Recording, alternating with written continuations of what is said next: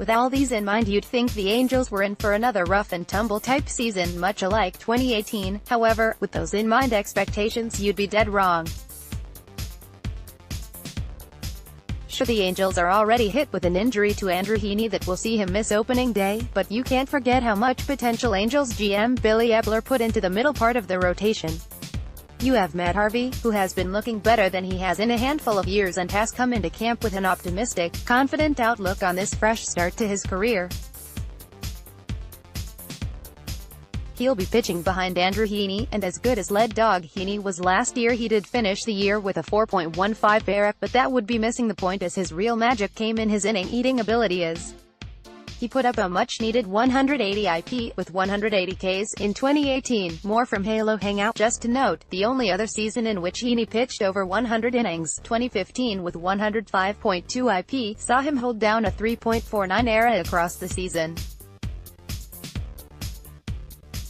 Heaney is barely creeping into his late 20s, as he is now 27 and will finish the season at 28. He's just entering his prime, and it's very reasonable to think that he will be able to anchor the rotation in 2019 even better than he did in 2018. It's also possible that he pitches in less innings due to a more stable rotation. In this case, could easily put up a better season numbers-wise than 2018. That being said, Matt Harvey is a former Cy Young contender and is just hitting the age of 30. He has a lot of talent left in the tank, but the lingering question here is if he'll be able to harness those neglected talents, and if so, how deeply can he stimulate his potential that fell to the wayside.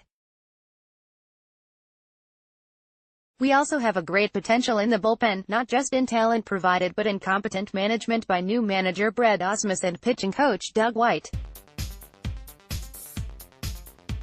In the bullpen we have guys like Luke Bard, who previously pitched with the Angels in 2018 for a short period, 11.2 IP, and flashed great stuff, but ultimately was booted from the team with a 5.40 ERA. Many people believe that Bard was heavily underutilized and misused by former manager Mike Scioscia, and when you look at Bard's peripherals you can understand why that belief would float around.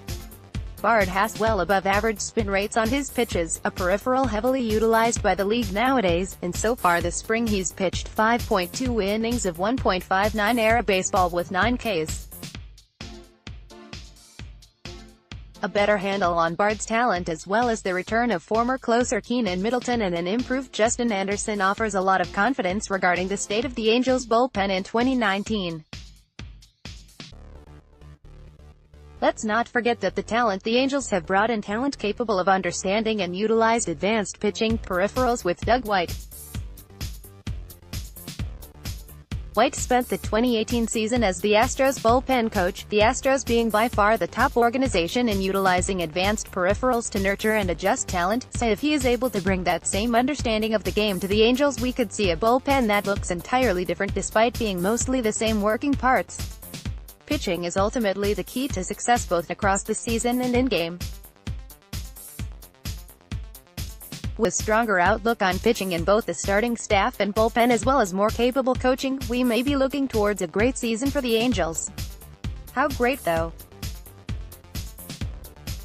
Is 90 wins too much? 92? I don't think either of those are. They won 80 games last year on a starting staff that was duct taped together, an over-the-hill manager and an overall low-energy ball club. The Angels have a quietly beefed-up pitching staff that will hold together more games for an offense that ranked around the middle of the board amongst fellow AL offenses in 2018. Oh, we also have Shohei Ohtani back on board as an offensive option for 2019, as well as nice new additions like the power-swinging lefty 1B Justin Bour. Want your voice heard? Join the Halo Hangout team. Write for us. Next, Halos can finally build around Trout after extension. The depth in the farm system is looking strong, and there is a ton of talent that will seep onto the squad in 2019 and completely take over by 2020. With a surging youth movement taking over the team, there is really nowhere to go from last year but up.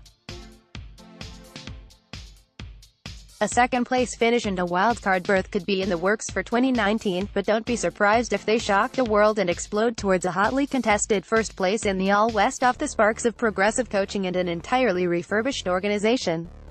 World Series anyone? Not maybe in 2020. Although I wouldn't put it past the Angels to put themselves into a deeper playoff consideration after putting up a shocking upswing of a season.